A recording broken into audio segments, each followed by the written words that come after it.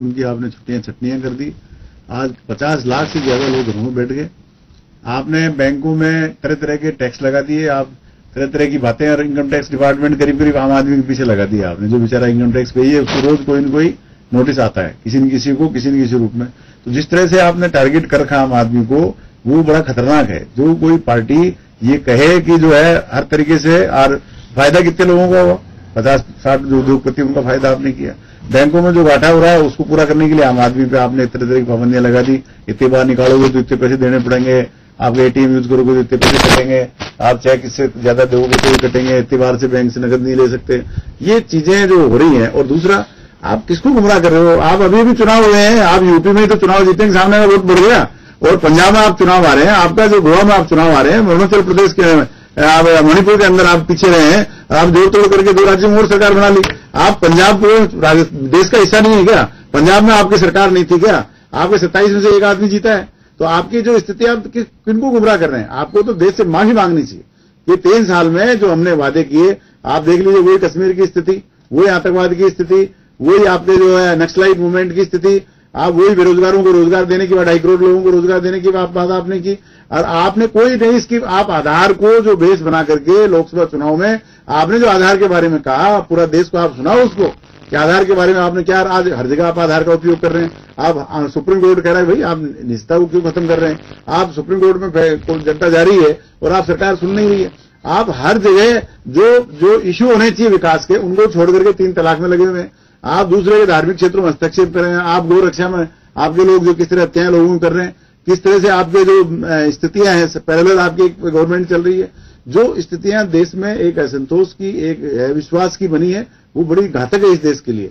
आप जीतने का बात कर रहे हो, आपका मीडिया आपने पूरा खरीद रखा है। आप चाहे दिन विपक्ष की बातें आप जो बोलते नहीं हो, और सारी सरकार जो कहते रहते हैं। जो चीजें जनता के सामने हैं, मूल समस्याएं हैं, आप उनसे बात नहीं करना चाहते। इनके बीजेपी के राष्ट्रीय अध्यक्ष कहते हैं कि 2019 की तैयारी में हम लग गए हैं।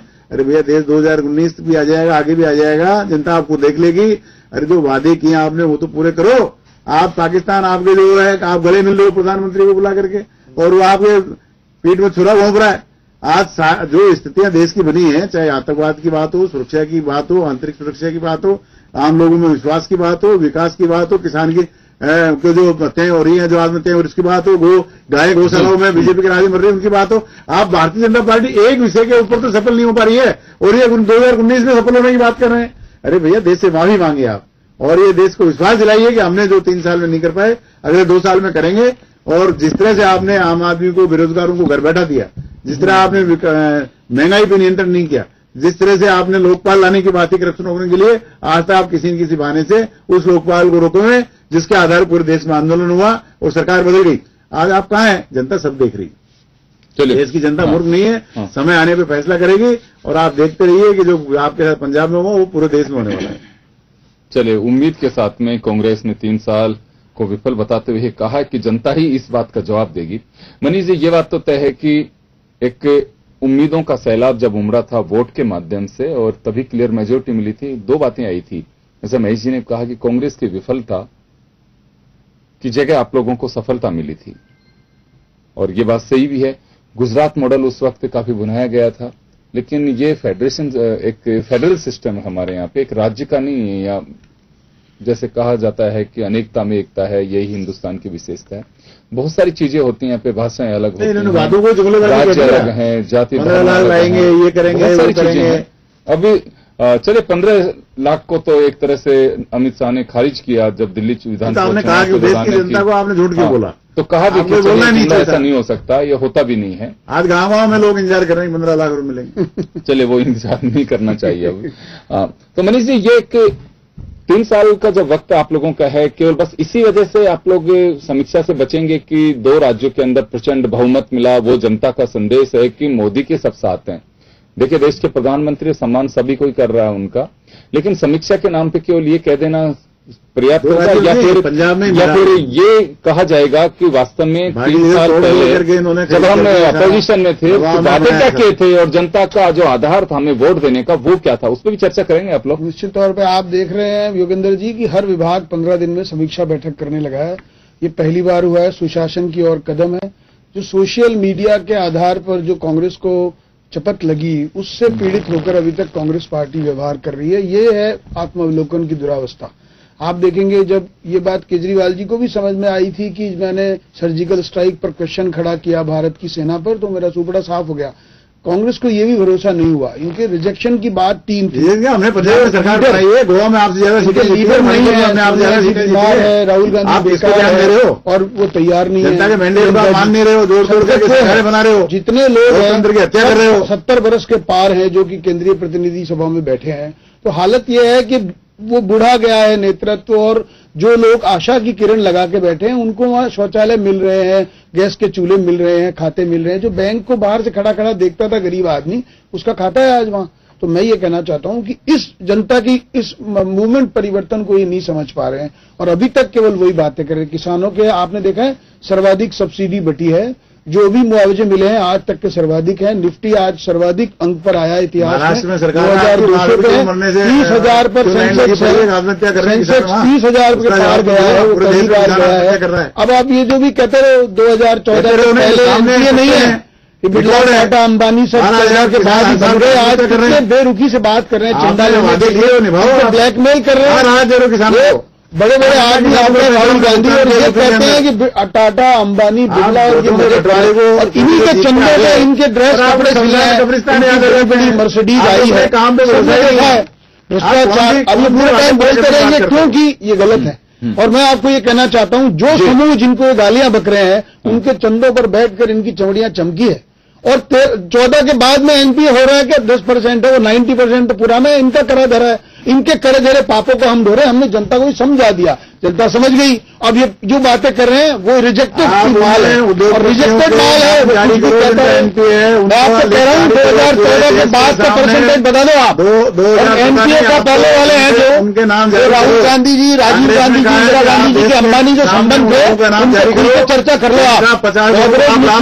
और इनकी बात कर लो, अडानी अंबानी की कर लो, कर लो आप। 50 लोगों के लिए उन पैसों को आपने लगा दिया है, घरेलू इस्तेमाल किया, लोगों को बचाने के लिए सारा काम कर रहे हो। आप देखो डेक्कन के केस में ये साफ हो गया कि ये लैंड एक्विजिशन बेईमानी करी है, कंपनी ने बेईमानी करी, 50 करोड़ रुपए लेकर आए और 500 करोड़ की संपत्तियां ले गए। 2018 में मिलान तो हमारे कहने से नहीं कर रहा है ना काम। उसमें कहा कि सोनिया गांधी जी ने पैसे लिए हैं, वो कह रहे हैं, तो हमने कहा कि तो आपको, और किसान के लिए लड़ाई की बात ये कर रहे थे, वो कुछ नहीं की, वो ज्ञापन दे के राहुल गांधी को आ गए। तो अल्टीमेटली क्या है, कोई इलाज नहीं हुआ। अब ये जो यहां पर ढोल पीटते हैं, बाउंड्री पे खड़े होकर कैच का इंतजार करते हैं, कोई बॉल आएगी पकड़ लेंगे, आउट हो जाएगा। तो सबसे बड़ी बात है मैकेनिज्म नहीं है आज के जमाने में। और जब एक एक आदमी को जब सीधा प्रधानमंत्री बात कर रहा है ट्वीट पर, उस जमाने में ये वही पुराने राग अलाप कर रहे हैं। ये तो ऐसे ही कहते रहेंगे। मैं यही कह रहा हूं, जब छक्का बाउंड्री के बाहर चला जाएगा तो आप कैच क्या करोगे?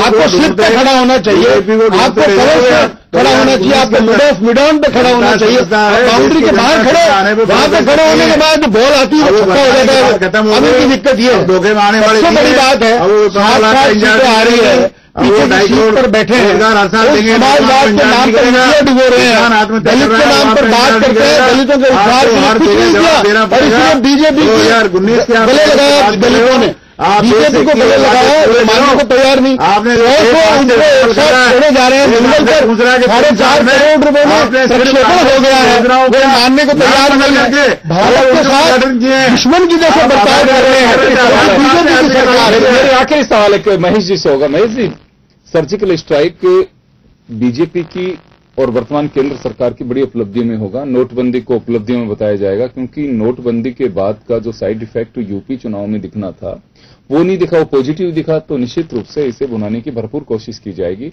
वो चाहे नौकरियों पे आंच आई हो, चाहे लोग परेशान हो, कुछ भी, वो एक अलग विषय है। लेकिन अभी लगता है बीजेपी को ये भुनाने का मुद्दा है, इसे भुनाया जाना चाहिए। सर्जिकल स्ट्राइक एक मैसेज देने के लिए था कि पाकिस्तान को कि अब बस बहुत कुछ हो चुका है, अब ये बर्दाश्त नहीं होगा। लेकिन उसके बाद की जो पोजीशन बन रही है वो बड़ी विचित्र है कि क्या माना जाए, सर्जिकल स्ट्राइक का जो मैसेज जाना चाहिए था वो नहीं जा पाया। नहीं, अलग थलग हो गया पाकिस्तान, तो वो तो फ्रस्ट्रेशन में कार्रवाई करेगा ही करेगा, इसमें क्यों नहीं? इसमें एक ये बात की है कि आपने विरोधियों को चेता दिया वहां पे, पाकिस्तान को खुली, मतलब क्या होता है ना, उसको दूसरी तरह से धार्मिक उन्माद कहते हैं, अलगाववादी तत्वों को, क्योंकि वो प्रतिबंधित तो हुआ है। उन पे मतलब प्रतिबंध भी लगा है, सब कुछ हुआ है।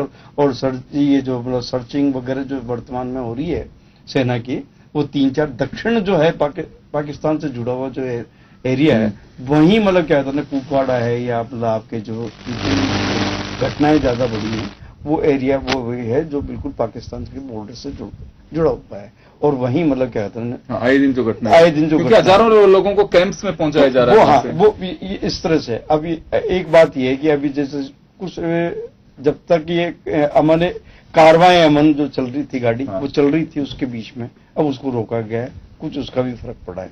अब सवाल तो ये आता है कि अगर आपने ये मान लीजिए नोटबंदी सर्जिकल स्ट्राइक का हुआ, उससे दुगने वेग से हमारी सेनाओं पर आक्रमण होने लगे, तो ये एक चिंता का विषय है। इसके बारे में थोड़ा सा सोचने की आवश्यकता है या व्यूह रचना करने की आवश्यकता नए सिरे से, जिसमें कोई दो राय नहीं कि आतंकवादियों को मतलब आपने दमित तो कर दिया, लेकिन यह है कि शत्रु को अगर आप जितना दबाओगे तो उतना वो रिपल होकर के भी आप पे मतलब रिएक्ट करेगा।